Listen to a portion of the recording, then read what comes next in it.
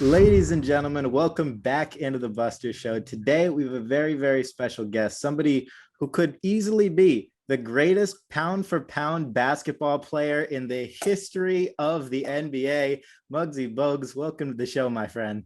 Appreciate you having me. No problem. So, the first question I wanted to ask you uh, in 4 years, you played basketball at Wake Forest. You played in the USBL. You played in the Olympics, and then you still managed to make it into the NBA draft lottery.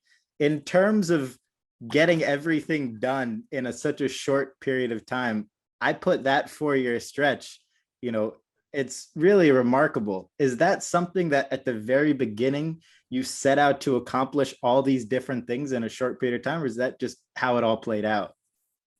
Basically, it's basically how it all played out. I mean, I didn't feel like it was a short spirit of time. I think felt like it took forever.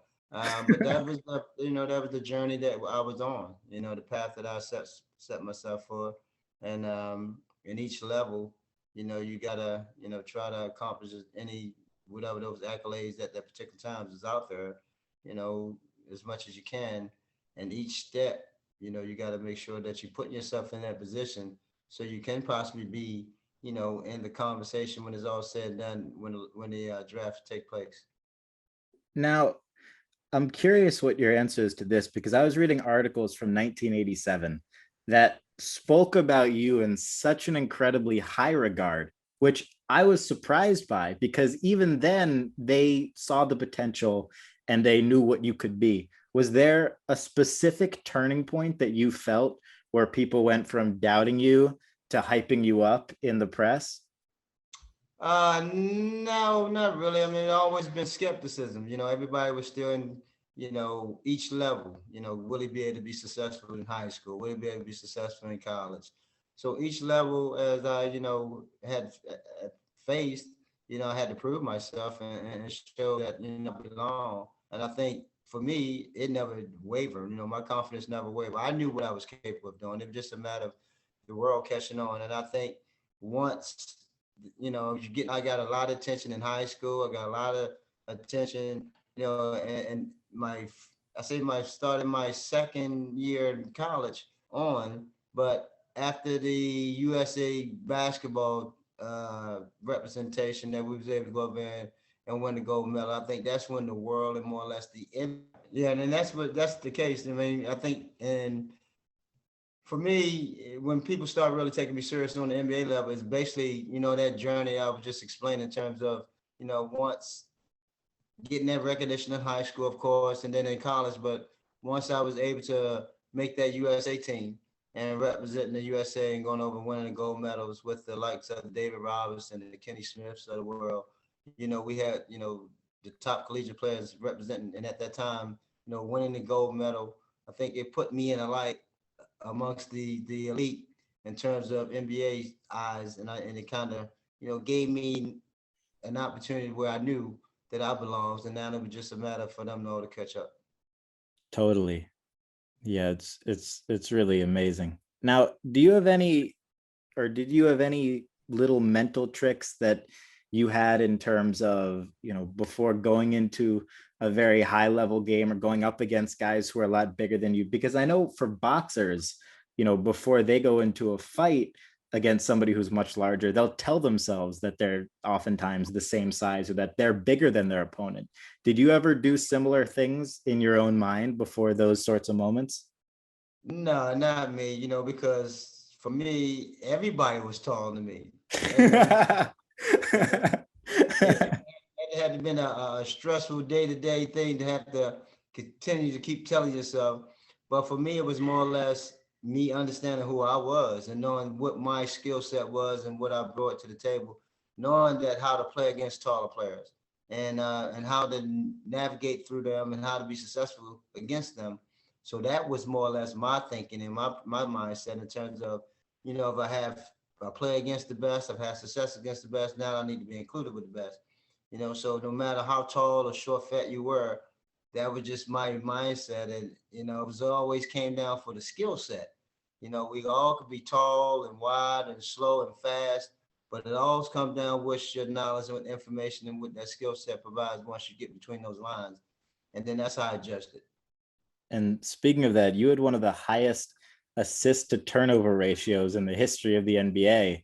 So obviously the knowledge was there. How much of the game do you think, especially in the 90s, was mental versus physical? I love asking guys who played in, multiple decades that question. Well, no, regardless, no one is going to be immune to that if you're an athlete. That just comes with the territory. It's going to be 60-40. The mental part of it is always going to be the part where you got to focus and understand that this is a big part of the game. The 60 part of it, that of course, your athletic ability, your skill set, got to be in tip top shape. But that 40% of understanding how to get there and how to stay there and how to overcome and persevere, that's more mental. And that's more because that's being challenged more so than more so than the physical aspects of your body, because you're capable of controlling that part but it's all about the mental aspect, staying in the moment, staying, ready, and being able to deliver, whatever that case may be, being able to deliver. That's always the bottom line and always the outcome of it. And that's how you become stars and superstars, because of that factor. Those are the ones that separate themselves during those particular moments. And, you're able to, persevere. Totally. Now, very specific question. Was it easier or more difficult to steal the ball from somebody that is taller or shorter? Which is easier to get, out of their eyesight, get around them? Did it benefit you? Did you want a player to be taller when you're guarding them to be able to steal it? Or what was the situation there? Well, no, well, it doesn't matter for me because it depends on the way you dribble the ball. It makes sense if you're much taller than the course, because you're going to have a high dribble. The ball got to come down a lot further. And it's much easier in that regards. Yes, I should say yes. But if you're a small guy and still dribble the ball high, that feeds right into me as well. Because, if it ain't waist high now, I could possibly be able to get that. Now, apart from your on the court roles, you had a lot of cameos and roles in TV shows. One of my personal favorites, which I was just watching before this, you were in Curb Your Enthusiasm like 15 years ago. And I have to ask you about that scene because I know Larry David likes to do things on the fly. He likes to, not have scripts. He likes it all improvised. Was that scene entirely improvised, or what did you know about that going in? Oh, it was all definitely totally improvised. I mean, you just basically give a little storyline and actually what it is, and then you go in and do what you do. And I told him I was the perfect guy for the part. Oh You yeah. got the perfect guy for the part. And of course, Richard Lewis, he was kind of concerned about going after an ex-athlete, and in terms of being able to fulfill his obligations to his new girlfriend, but he was concerned that coming after an ex-athlete, it's going to be impossible for him to fulfill his obligations that to cover her needs. So he was concerned, and he wanted to catch a peek, I should say. And once he found out, athlete that was in the bathroom, and it just happened to be me, and of course I caught them peeking, and I kind of had a different reaction. It was really funny. Now, obviously, I can't mention roles without mentioning Space Jam. What was your experience like shooting that film? And do you have any specific memories from shooting that, or was it fun? It was a blast. I mean, we had an amazing time. I mean, you think of the cast that we had: the Larry Johnson, the Charles Barkley, Ewing, and Sean Bradley, and MJ. I mean, it was amazing. Not knowing what was going to happen once we got on set, but once we got there and was able to do our parts, I mean, and for me, I was hurt. I just had surgery, so I didn't think I was even going to make the movie. I thought they was going to have someone else read my lines, but they told me come on out anyway, and they kind of created a situation where I didn't have to walk. He kind of pulled me on the dolly so I can kind of, be able to still be able to do my lines. And that's what I was, we was going through the hospital, through the door when the big guys hit the head. Yeah, I had my shoulders going like I was walking. Yeah, but we had a great time, man. It was fun. Larry had an episode on the set. He tried to get a haircut from a gentleman who never cut an African American hair before in his life and wound up with a bowl cut. So we had to not shoot that scene that morning, had postponed it till later on that day because he wasn't going on set looking like the way his hair was cut. That's so funny. Wow. Now, when you've played with and against pretty much every NBA legend from that time period, and you've also been around by default sometimes some future NBA legends like your teammate Del Curry's son Stephen Curry. When you were with him, when he was like 3 to 10 years old, did you see any of this potential NBA prowess? No, we didn't see none of that. I mean, as a kid, it's hard to kind of see someone at that level. He was just a kid that him and my son and my daughters and himself, they were just enjoying being around all the kids. It was many times that they just stayed back in the crown room and didn't come out and watch the game because they was having so much fun. And then all of a sudden they came out, when all the noise went down, grab a ball and just, played, just relentlessly all day long. I was saying about Steph Curry. Um, Steph, we never saw this Stephen Curry that we're watching today as a kid, but you knew that he had interest in the game of basketball. He watched a small kid for so long, play at the highest level.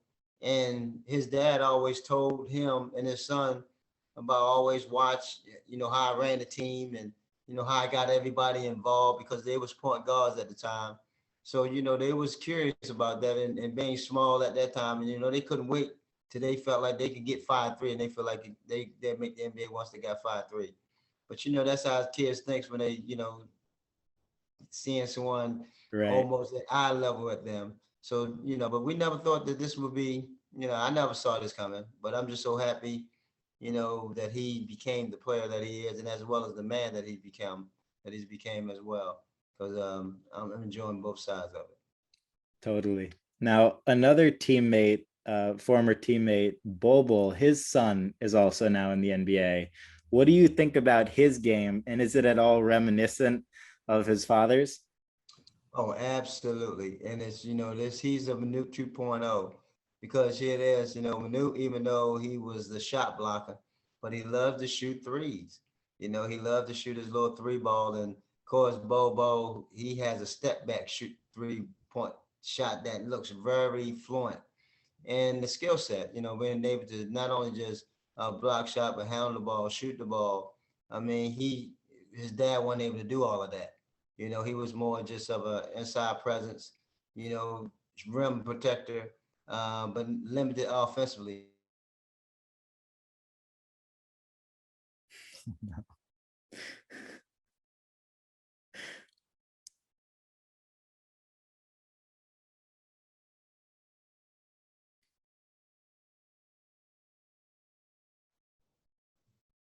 Oh, Okay, there we go. let's go. Yeah, That, yeah, that there we that's a win. That's a go. win. But as I was saying, Bobo has the total package. His father didn't have this skill set, and it's remarkable to see, how this game has evolved. I mean, it's a different type of game than we play. 7-footers play with their back toward the basket. 7-footers today, they bring the basketball up the court. So the skill set has changed tremendously, tremendously. It's so crazy. Now, I'm sure a lot of kids ask you and they reach out, what's the best advice you have for somebody who is called undersized or, they don't they might doubt even their own skill set. I was definitely one of those types of people. What would your best advice be for those people who are high school age or younger? Well, it always starts with believing in yourself. You got to have total confidence within yourself because you're going to have a lot of naysayers, a lot of people trying to dissuade you for being who you want to be. And then after that, you got to go work. You got to go put the time in, the effort in, and, have developed that work ethic to where you want to sharpen your skills and understand what position that you are and who you want to be and understand what it takes to be that. Once you have that information and you continue to sharpen your skills, then it's all on you.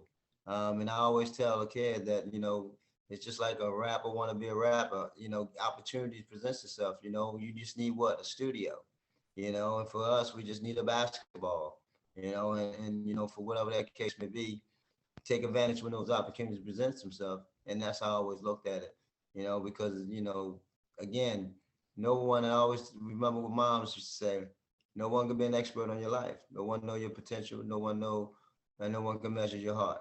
And if you want to play, if you want to, you want to accomplish your dreams, have that and look and believe in that, and I always say a dream, vision, passion and action, really leads to success, and having that understanding, I believe you can go a long ways. Totally. And I'm sure that that advice, I know that that advice is applicable to everything, not just sports or basketball. It's applicable to business, school goals, literally anything. So everybody, I hope you guys listen closely to that and play that one back. But uh, I've got a question that I'm pretty sure you've never been asked before. Now, I know you've been signing basketball cards for years, with Panini and other companies. Now, what do you think the most a Muggsy Bogues basketball card has ever sold for? Most of the basketball card ever sold for?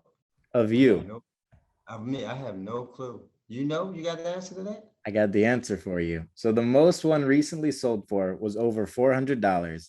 It was a PSA 10 of your rookie, but also there's one currently listed that's much rarer, listed for $8,000. So the Muggsy Bogues card market is very hot. The $8,000. There's one listed for somebody might buy it. Which one is it? The rookie card? So that one's not a rookie. That's a limited edition Oh, the from a limited newer edition. product. Okay. So there are only 50 of those, and that's why it's priced much higher. Of your Oh, of your rookie, though, I believe there have been about 500 graded by the main grading company. There are 200 in PSA 10, so the best condition, and those are the ones that are worth between $400 to $600 each. and those are the rookie ones? Those are your rookies. 1988 Fleer. The AT-80 Flair? Man, I see why this is a big business out here with the autograph signing. Yeah, These guys have gotten into. Okay. it's a big business. That's good. I love all that stuff. It's so much fun. Oh, that's awesome. Because I'm just signed with NFT. Oh, you dropping an NFT? Yeah. I just kind of signed a deal with them, and Amazing. yeah. So we're gonna create some unique situations. I love that. Now, Yeah. something else you're talking about creating, you have a podcast. Absolutely, yes. The three lead OGs with myself, Charles Oakley, Earl the Twirl Curtin, and Ashley Strollum, the lovely Ashley Strollum, I should say. She keeps it more in tune and then, keep us out of trouble. We just have fun with it. We have 13 episodes with the likes of Julius Irvin, Ron Harper, Bud Webb, Candace Parker, Vince Carter, Tracy McGrady, Ivy Wow. Ladder. The list goes on. It was we had an actor from The Wire, Larry. We also had, uh, who else? Dick Vitale, the one and only Dick Vitale. Best. So we got some amazing guests on the show, just having some fun with it, and look forward to try to continue it on. That's so awesome. Well, everybody has to check that out. And Muggsy, thank you so much for doing this. This was an honor. Appreciate you having me. Thanks a lot. All right, everybody. We'll see you next time. Peace.